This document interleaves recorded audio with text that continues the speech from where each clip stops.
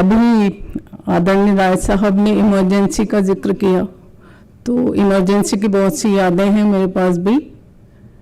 एक अच्छी याद भी है, और वो अच्छी याद ये है कि गांव के अपने घर में कच्चा घर था, छतें टपकती थी और मैं ज़मीन पर लेटी हुई थी। अच्छी बात यह थी कि घर में बिजली थी। तो एक ही दिन, वो 26 जून का दिन था, मैंने दो खबरें सुनी। एक तो ये थी कि देश में आपातकाल लगा दिया गया है, और दूसरी खबर ये थी कि ये अंतर्राष्ट्रीय महिला वर्ष है 1975। तो मेरी उम्र कुछ नहीं थी, पता नहीं क्या सूझा कि घर से एक पुराना रजिस्टर लिया। उसमें आजकल का कंप्यूटर का और मेल का ज़माना नहीं था, तो एक पुराना रजिस्टर लिया, उस पर जो भी दिमाग में विचार आए वो लिखे। और फिर एक पुराना अमर उजाला अखबार पड़ा हुआ था, क्योंकि उन दिनों आज की तरह नहीं था कि गांव के हर घर में भी अखबार आता हो। तो उस पर अखबार का पता लिखा, पोस्ट ऑफिस थोड़ी दूर था, वहाँ जाकर उसको पोस्ट कर दिया। 3-4 दिन बाद मेरे बड़े बहनोई, जो वहीं उनकी बैंक में पोस्टिंग थी, तो उन्होंने कहा कि तुमने कोई लेख लिखा था? तो मैंने कहा कि वो छपा है। तो एक 18 साल की लड़की के लिए, बिना किसी जान पहचान के, बिना किसी परिचय के, जो आमतौर पे कहा जाता है कि बिना परिचय के कुछ छपता ही नहीं, तो वो एक बहुत, क्या कहना चाहिए, बहुत उत्साहवर्धक बात थी। और मैं दिल्ली में अपने भाई के साथ रहती थी, पढ़ती थी, तो यहीं से मैंने थोड़ा थोड़ा लिखना चालू किया और बहुत सी चीज़ें देखी। फिर 1977 में यहाँ जहाँ काम करती थी हिंदुस्तान टाइम्स में, वहाँ वैकेंसी निकली ट्रेनिंग जर्नलिस्ट की। मैं वहाँ गई, मैंने इंटरव्यू दिया। वो नियुक्ति कैसे हुई वो लेख मैंने अभी महिला पत्रकारिता पर राय साहब के लिए लिखा, तो उसमें है। तो मैं उस विस्तार में नहीं जाऊंगी। 1200 लोगों का संस्थान था, और उसमें दैनिक हिंदुस्तान, उसमें एक महिला सुषमा वर्मा, दूसरी एक महिला सरोज जैन, साप्ताहिक हिंदुस्तान, उसमें शुभा वर्मा, कादम्बिनी, उसमें शीला झुंझुनवाला जी और प्रभा भारद्वाज, नंदन में, और 2-4 पत्रकार, महिला पत्रकार अंग्रेजी में।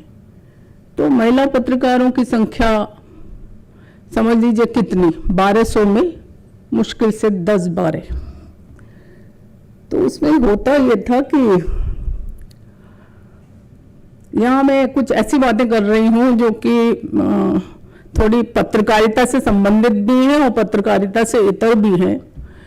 होता ये था कि चूंकि 8-10 स्त्रियां ही हैं, तो अब हर कोई उनका लोकल गार्जियन है। वहाँ आप कैंटीन में किसके साथ कॉफी पी रहे थे, जिसके मेज पर फोन है, फोन आ गया, आपने अटेंड कर लिया, किसका फोन था, किसी पुरुष का फोन आ गया, फिर तो और भी आफत आ गई। अगर दोबारा आ गया कि ये रोज क्यों आपको फोन करते हैं।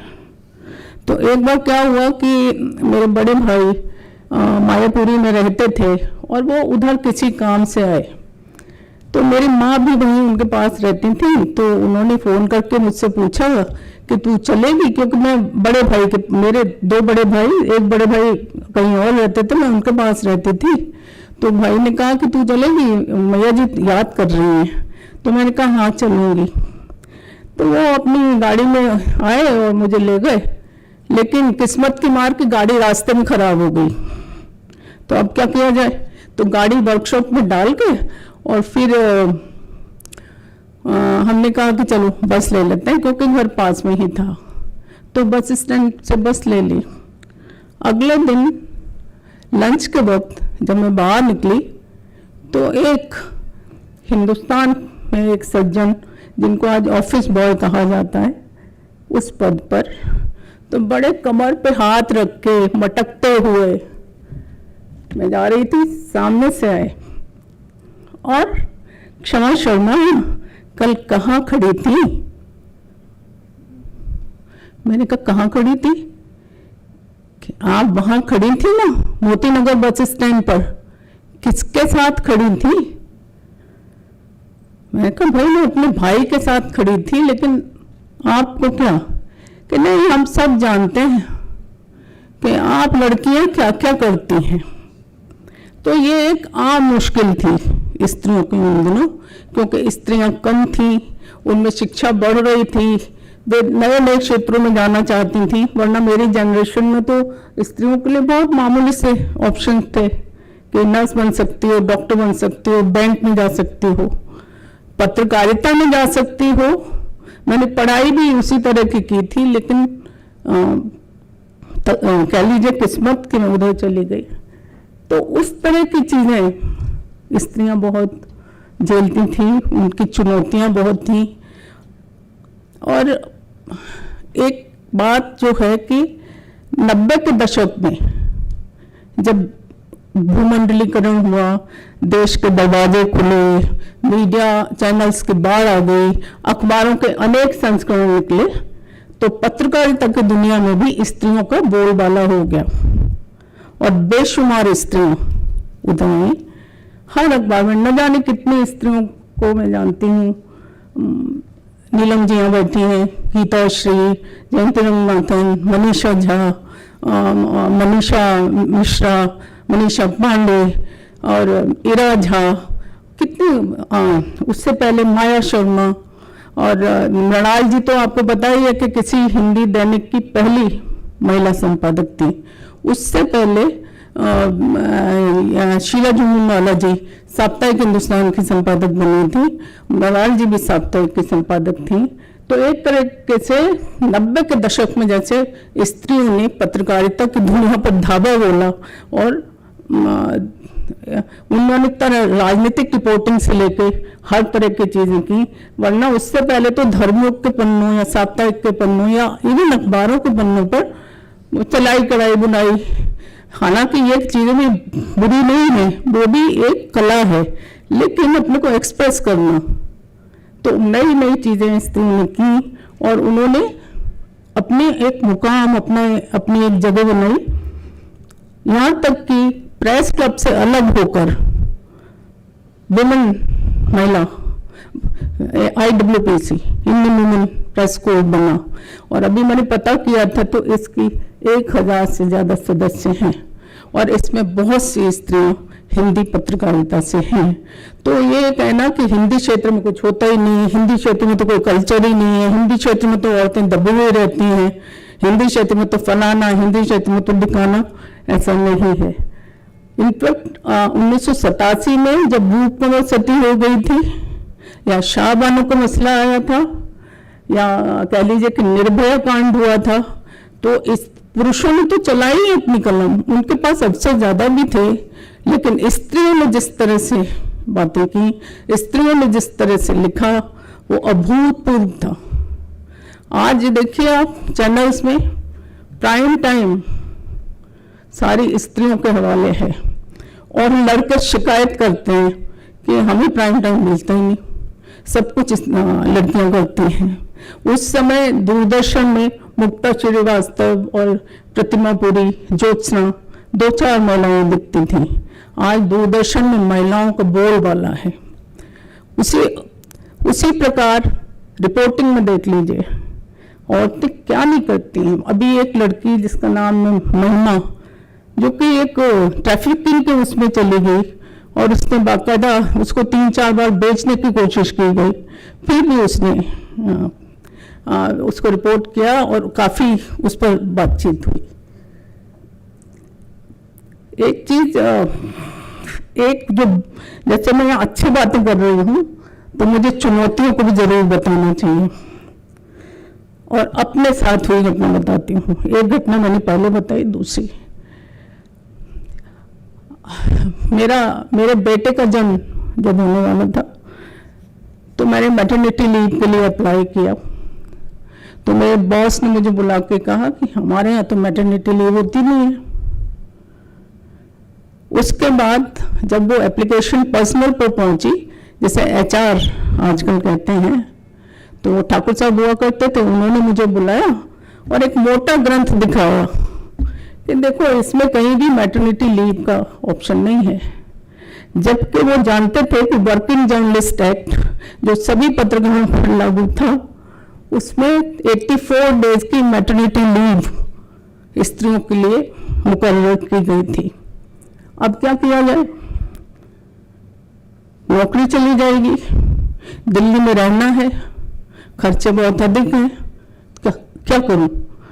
तो मैं उस हिंदुस्तान टाइम्स की यूनियन में चांद जोशी थे, बड़े नेता थे यूनियन के, वो पीसी जोशी और चिटगांव मूवमेंट वाली कल्पना दत्त उनके बेटे थे।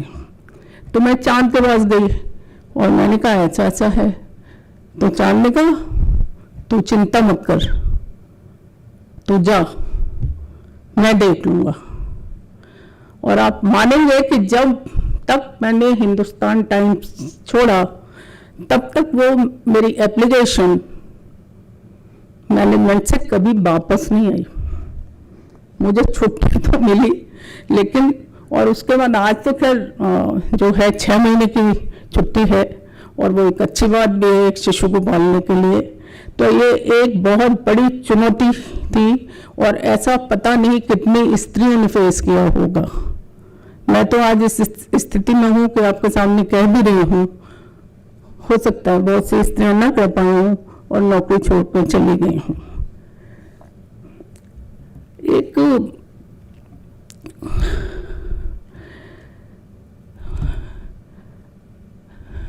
एक बात